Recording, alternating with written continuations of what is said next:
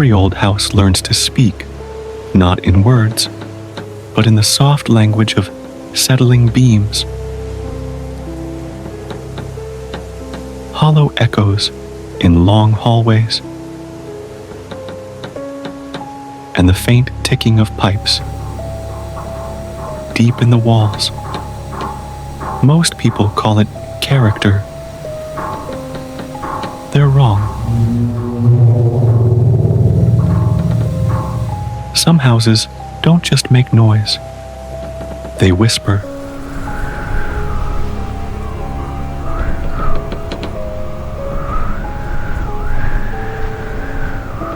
In a forgotten corner of Maine, where the pines lean low like listening judges, stood a narrow house of salted wood, its windows dim with winter breath, its bones creaking under the weight of years.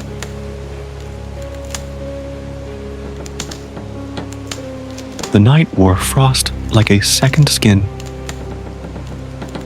Snow stitched the earth shut, wind threading through naked branches, with a voice that sounded too much like prayer.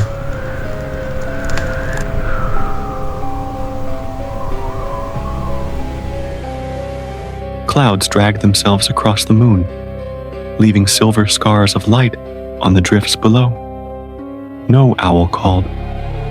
No dog barked. Even the world seemed to be holding its breath. Inside, candles burned.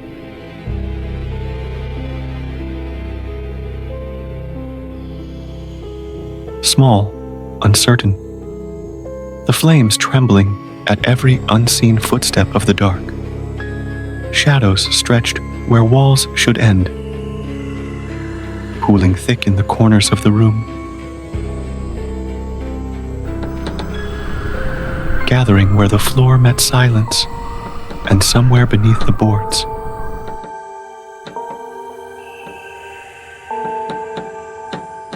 Deeper than the cold, deeper than the earth. Something was listening, waiting to be heard. Get out of here.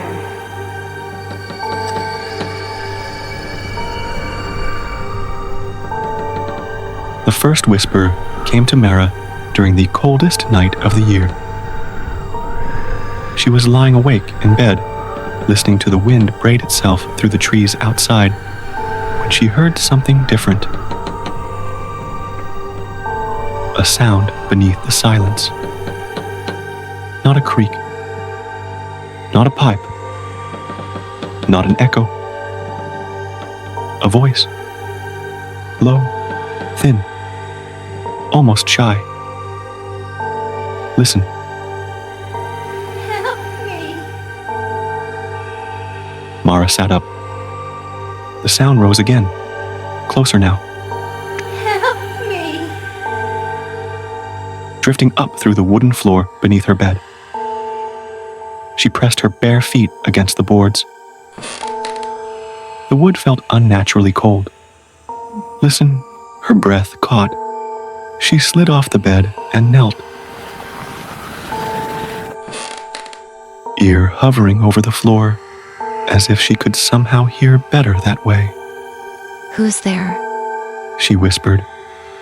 For a long moment, only the storm answered.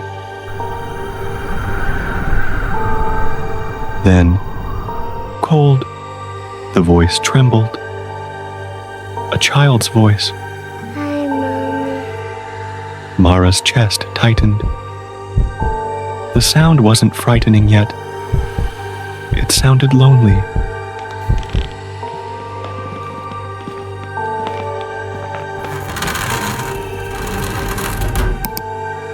It's completely dark. I can barely see my own hand in front of my eyes. It doesn't matter, because I see you that way too. Over the following nights, the whispers returned. Always at the same hour, never before midnight. and never past 3. Do you want to play with me? No? But I like to. Always beneath her room, always soft and pleading. Hungry, lost, please. We'll play Don't Fall into the Grave. I'll wait here on the swing until you failed to run away. And then I'll come and get you. It spoke only in pieces, never full sentences. Mara began leaving blankets at the bedroom door without quite knowing why. She'd set out warm milk, soft toys, little offerings to an unseen thing beneath the floor that might have once been human, but each morning the blankets were disturbed, dragged toward the center of her room.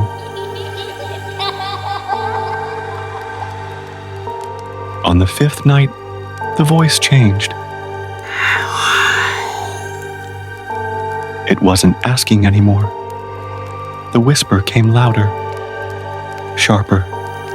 Listen. Stop breathing. Before Mara could answer, the sound came from beneath the floorboards. A dull knock, like knuckles tapping wood from the underside. Her breath stuttered as she stepped back from the bed. Then again, the boards flexed slightly. Dust trickled from the cracks. Cold. I'm so cold.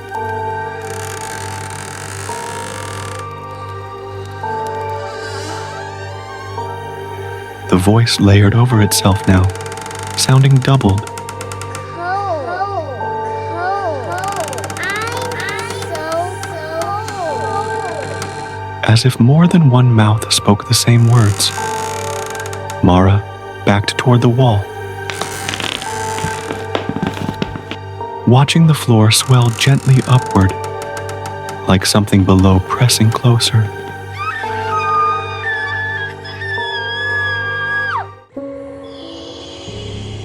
She fled the house at sunrise and didn't return until daylight. The next day, with courage she didn't feel, armed only with a flashlight and shaking resolve, she pried up the loose plank beneath her bed.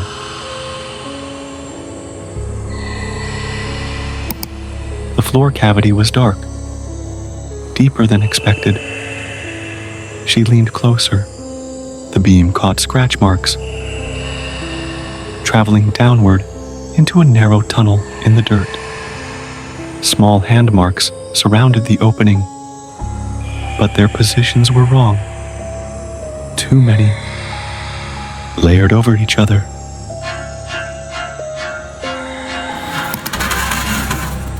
Reaching upward toward the floor, It wasn't your fault. as if dozens of small hands were stretching from below. Can you hear me? It wasn't your fault. The whisper exhaled from the tunnel. It wasn't my fault. The flashlight blinked, went dark. She dropped the light and stumbled backward Help me. as a gray arm slipped through the opening. Where are the others? Then another, longer than any child's limb should be. Jointed wrong. The voice continued in a dozen broken tones. Hungry, cold, not alone now. It wasn't your fault. It wasn't my fault. Can you hear me? Mara ran. She didn't lock the door behind her. Didn't look back. Never returned. The house remains empty to this day. Yet neighbors swear that on cold nights, when the ground freezes solid, lights glow faintly beneath that bedroom floor. And sometimes, just sometimes, they hear knocking rising out of the earth.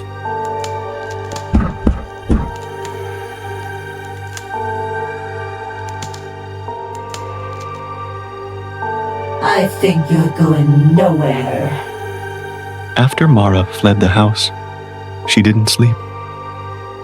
In the harsh daylight, the whispers still clung to her ears like frost. Faint echoes she couldn't shake. She drove into town with shaking hands and borrowed hours beneath the yellowed glow of the library lamps.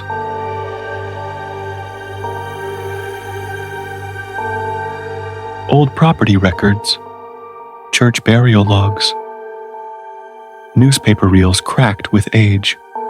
Slowly, a pattern emerged.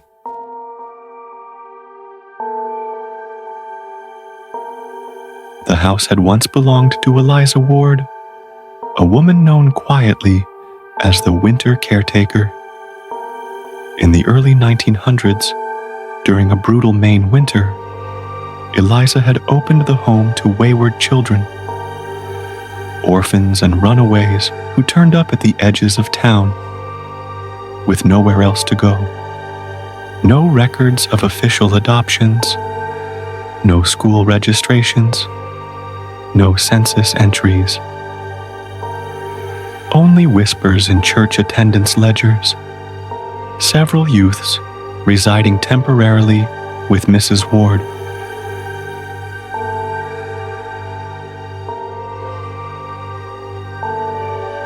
The winter of 1911 was catastrophic.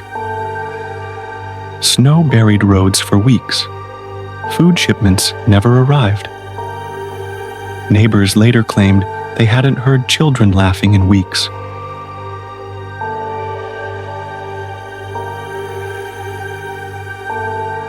Only the faint sound of knocking, echoing underfoot while passing the house. When authorities finally forced the door open after the thaw, they found no children upstairs at all. They found something else. Beneath the floorboards lay a network of crude tunnels, carved into the frozen earth. Narrow, suffocating passageways branching outward like roots. Small handprints covered the dirt walls. Too many to count. Inside one collapsed pocket, searchers recovered tattered blankets.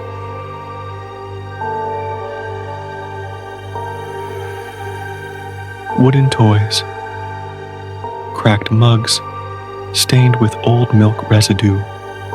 The children had been sent or led down below. For warmth, for hiding, for punishment. No one knows the true reason. But one truth became clear. They never came back out. Reports quietly concluded that they had suffocated during an underground cave-in triggered by the spring thaw.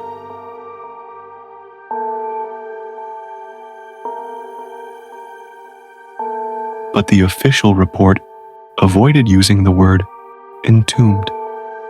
Eliza herself was discovered upstairs.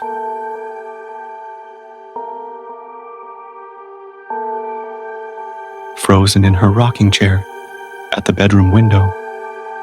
Cause of death, exposure. But what chilled investigators most was that her fingers were bloodied and fragments of wood remained under her nails. She had been trying to pry up the floor. Too late. Mara finally understood. The voices were not individual ghosts. They were echoes sealed into the space between earth and wood. Fragments of breath trapped at the moment of suffocation, repeating the last words spoken in panic. Cold, hungry, please. The layered whispers weren't voices calling for help. They were the sounds of death replaying itself beneath the boards. And the knocking was not asking to be heard. It was the memory of dozens of small fists punching upward, still trying to get out. It wasn't your fault. It wasn't my fault. Can you hear me? Hey, hello, can you hear me? It wasn't your fault. Where do we go? There is only darkness. What is this? Can we go home? It wasn't your fault. Okay. Caged. Unconscious. Hello. Hello. Help me. I'm so afraid. There's nothing but to let go. Hello. Whispers. I'm longing for peace. Time to let go. Help me. Okay. Okay. Is this the end? Or the beginning? Can my soul be saved? That's not the truth. I am safe now. I am safe now. You have arrived. Am I safe now? Yeah, I can see that. I got this. Where? Okay. Where is my body? Hello. I'm here. Beneath the boards, where shadows cling, where hollow whispers learn to sing, they borrow childhood, steal the plea, and wear lost voices expertly. They call for warmth, they promise need, but hunger is the truth they feed. For what cries heard from underground is never waiting to be found. And if you pause to hear that tone, that voice you think is not alone, remember what the darkness proves. Some whispers dig their way to you. What are you looking for?